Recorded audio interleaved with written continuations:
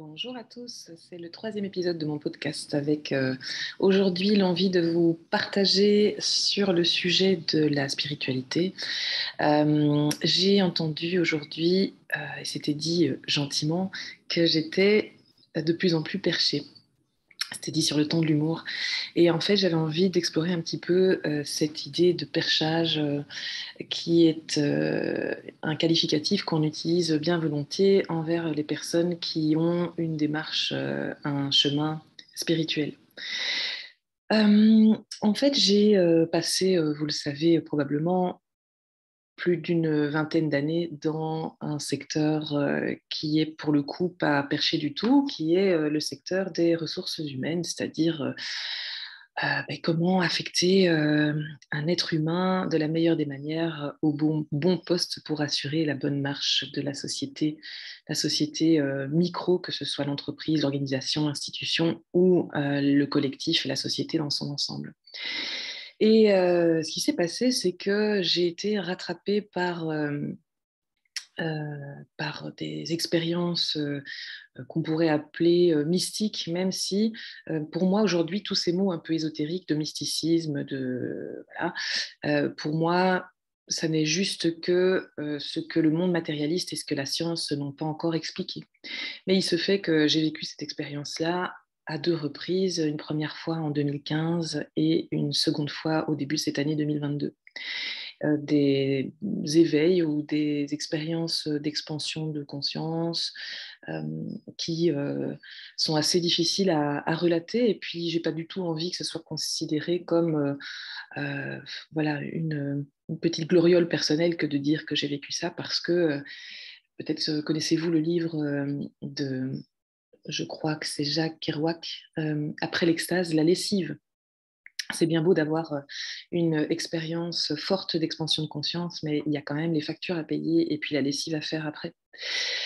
Toujours est-il que quand vous vivez une expérience comme celle-là, c'est extrêmement difficile de revenir à votre quotidien, à la routine, sans être profondément transformé, chamboulé de l'intérieur, parce que vous ne voyez plus jamais la vie comme auparavant, et vous ne parvenez plus non plus à exécuter les tâches les plus concrètes sans être questionné sur voilà, la- le sens de ces tâches et le sens même de votre existence. Et vous savez que la question du sens m'a beaucoup travaillé, au point que j'en avais fait un programme qui existe toujours, qui s'appelle 14 semaines pour trouver son sens.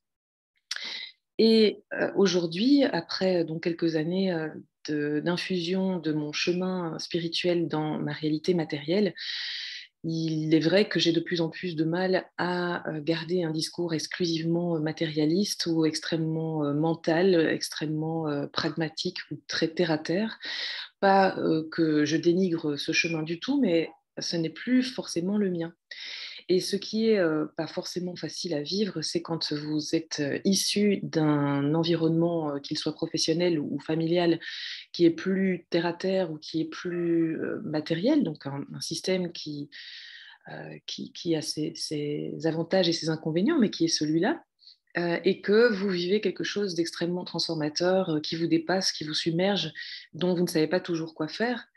Euh, mais voilà, ça fait partie de vous. Vous ne pouvez plus jamais nier que vous avez vécu quelque chose d'extraordinaire et que la vie a un sens qui vous dépasse. Et c'est très beau d'ailleurs. C'est un chemin de solitude en fait. Quand vous vivez ce genre de choses, vous ne voyez plus la vie comme avant et vous vous trouvez un peu dans les limbes entre deux mondes parce qu'il y a le monde de la spiritualité, du développement personnel au sens, on va dire, noble, quand il est vraiment incarné, quand on sent que c'est vraiment pleinement expérimenté. Et puis, vous avez l'autre monde, le monde de la 3D, comme on dit, sur lequel notre société, globalement, est encore beaucoup conçue, construite.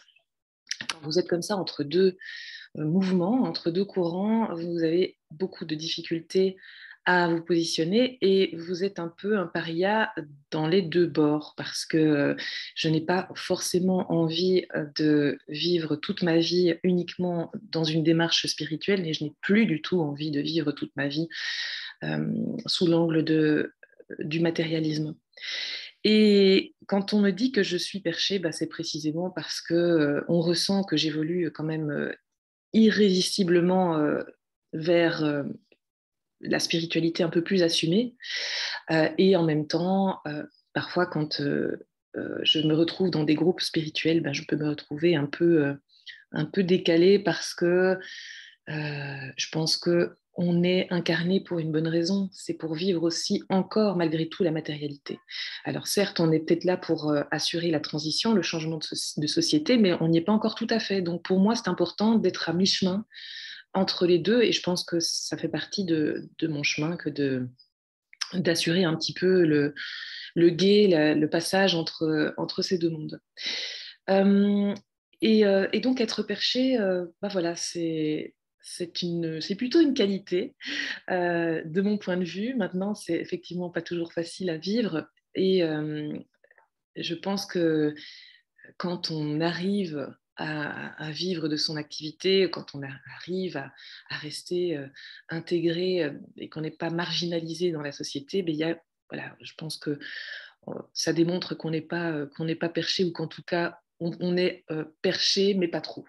Et je ne sais pas exactement où je voulais en venir avec ce podcast, et d'ailleurs j'en cherche un peu mes mots ici au stade où j'en suis arrivée dans le développement de ma pensée, mais je voulais surtout vous dire que quand on clive de nouveau entre les gens qui sont éveillés, les gens qui ne le sont pas, eh bien, on ne fait pas autre chose que d'alimenter encore la polarité, la dualité, et que on maintient encore les gens dans des cases identitaires, ce qui est toujours rassurant pour le mental. Et moi, j'ai vraiment envie qu'on explose tous ces codes et qu'on se permette d'être absolument qui on est, quel que soit notre stade. Et il n'y a pas un stade d'évolution qui serait meilleur que l'autre.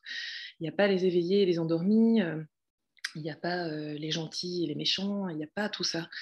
On est vraiment dans un monde extraordinairement complexe et qui évolue de plus en plus vite, avec du coup une infinité de couleurs sur une palette incroyable. Et c'est notre libre choix et c'est notre décision. C'est une décision qui nous appartient de manière très intime que de faire ce qu'on veut. Euh, et à partir du moment où on ne nuit pas à l'autre, où on n'entrave pas la liberté d'autrui, eh bien, c'est notre droit le plus absolu que de vivre libre dans notre chemin spirituel, dans nos croyances intimes. Et je pense que le fait de l'assumer pleinement va faire que ça va inspirer les autres à en faire autant. Donc voilà, c'est aussi un peu le propos de ce podcast, c'est de vous dire que si vous avez, voilà, si vous sentez appelé à vivre une spiritualité dans ce monde matériel, mais allez-y, tout en gardant bien à l'esprit que vous êtes toujours dans un monde matériel et que c'est très important de ne pas vous laisser vous envoler vers des strates éthérées, parce que on a des responsabilités, on a parfois une famille, et puis le monde a besoin justement pour évoluer qu'on y mette les mains avec les manches retroussées. Et puis, si vous avez envie de rester dans le monde matérialiste, mais ma foi, mais pourquoi pas. Simplement, voilà, mon chemin est celui-là, et j'en suis vraiment très heureuse, malgré l'inconfort que ça me prodigue parfois, malgré les doutes, les questionnements sur la direction que je devrais donner à mon travail et à ma vie, alors qu'il y a eu un avion qui a passé le mur du son ici à l'instant. Au fait, peu importe. Je me laisse de plus en plus guider par ce que je crois être une intelligence supérieure, qui n'est pas un dieu barbu sur un nuage, mais qui est juste une force extraordinaire d'amour qui nous dépasse tous, et qu'on ne pourra jamais, jamais, jamais euh, enfermer dans nos petits concepts humains. Et c'est une excellente chose, à mon avis. Voilà, j'espère que ça vous aura plu, et je vous dis à très très bientôt pour un nouveau podcast.